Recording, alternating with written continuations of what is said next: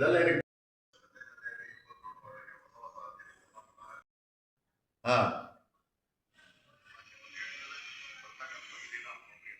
ಆಯ್ತು ಹೇಳ್ತೀನಿ.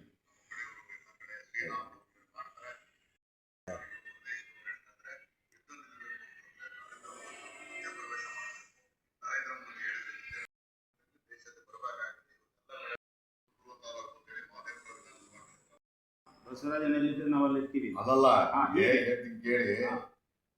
ಆಗ್ತದಿರ್ಲಿ ನೋಡಿ. ಏನು ಮಾಡ್ತಾರೆ ಹೇಳಿ. ನಾನು ಅವೇರ್ನೆಸ್ ಆದರೆ ಈಗಲೇ ಆದರೆ ಆವಾಗಾದ್ರೆ ಅದು ಸಿದ್ಧಣ್ಣ ಹತ್ರ ಹೋಗ್ತಾ ಇದ್ದೀನಿ ಬೆಳಗ್ಗೆ. ಹೇಳ್ತೀನಿ. ನನಗೆ ಸ್ವಲ್ಪ ಡೌಟ್ ಇದೆ, ಮುಂದೂಡ್ತಾರೆ ಅಂತ. ಆದರೂ ಸಹಿತ ಭಾರತೀಯ ಜನತಾ ಪಾರ್ಟಿ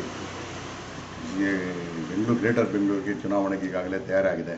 27 ವಾರ್ಡ್ಗಳು ಆಗಿದೆ. 27 ವಾರ್ಡ್ಗಳನ್ನು ಗುರುತಿಸಿದ್ದಾರೆ. ನಾವು ಸಹಿತ ಗುರುತಿಸಿದ್ವಿ. ಈಗ ಹೊಸದಾಗಿ 27 ವಾರ್ಡ್ಗಳಿಗೂ ಸಹಿತ ಹೊಸ ಅಧ್ಯಕ್ಷರನ್ನ, ಜನರಲ್ ಸೆಕ್ರೆಟರಿನ ನೇಮಕ ಮಾಡೋ ಪ್ರಕ್ರಿಯೆ ಮಾಡ್ತಾ ಇದ್ದಾರೆ.